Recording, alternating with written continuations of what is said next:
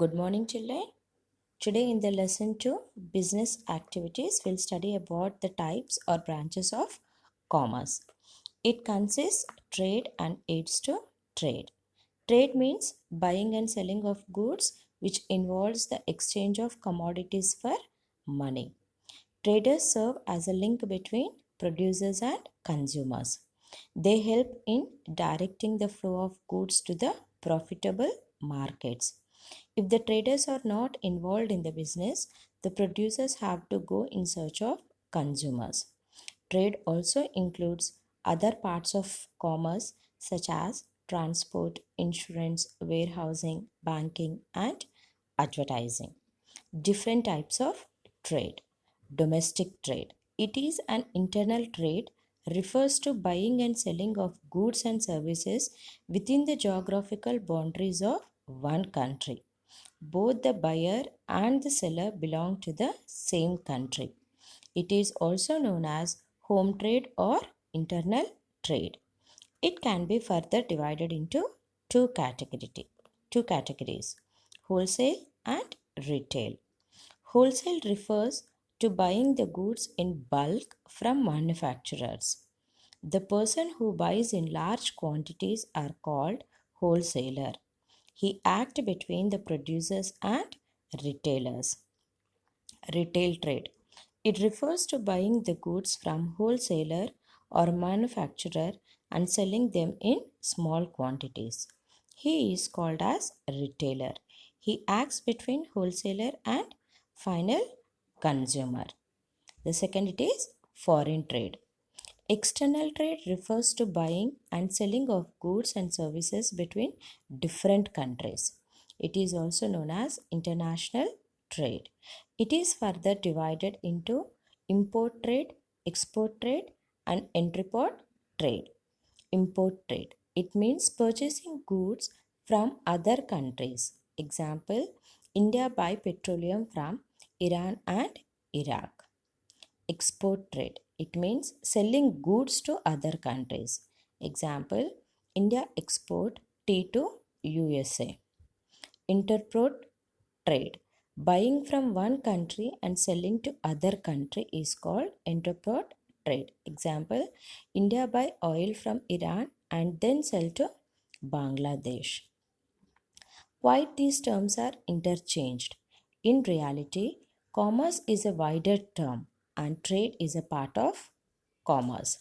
Trade implies buying and selling of goods, wherein commerce includes all the activities which ensure the flow of goods from producer to the consumer.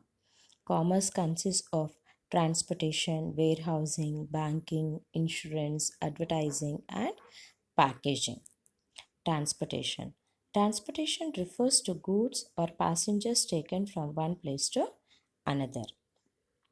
It facilitates trade by assembling and distributing goods. It overcomes the barriers of distance. Goods are produced at a few places but are needed at all places. Example, tea is grown in Assam and Darjeeling but distributed over all country. So transport help to bridge this distance gap between producers and consumers. Different types of transport is used to carry the goods: railways, roadways, airways, and shipping. Warehousing. Nowadays, goods are produced in anticipation of demand. Therefore, it is necessary to store the goods until they are sold. Example, wheat, sugar, rice, etc. are produced in a particular season, but they are required throughout the year. Besides, it is necessary to store few commodities which are used only in particular season. Example, woolen, umbrellas, raincoats, etc. These are three types: private, public, and bonded. Private are owned by producers for their own use. Public warehouses are owned by warefingers or port trust. And bonded warehouses are set up by custom authorities. Banking. Every business needs funds to run the business. So bank facilitate business activity by providing safe and quick means for the remittance of money.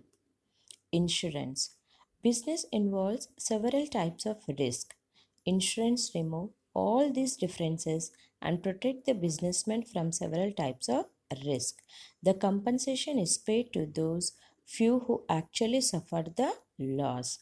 Various types of insurance like fire insurance, marine insurance, life insurance, etc. Advertising. It is an publicity informing the consumers about the availability of various products and services.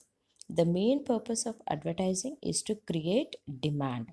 If advertising is not done, people may not be aware of product. There are various forms of advertising and publicity: press, outdoors, radio, television, fairs, exhibition, cinemas, etc. Next it is package. Packing means putting goods in wrappers, containers, etc. It means designing and producing suitable packages for different products. It helps to protect the goods from damage during transportation and warehousing. It also makes the goods attractive. Trade and transport of goods have become easier and safer due to improvements in the art and methods of packaging. Thank you.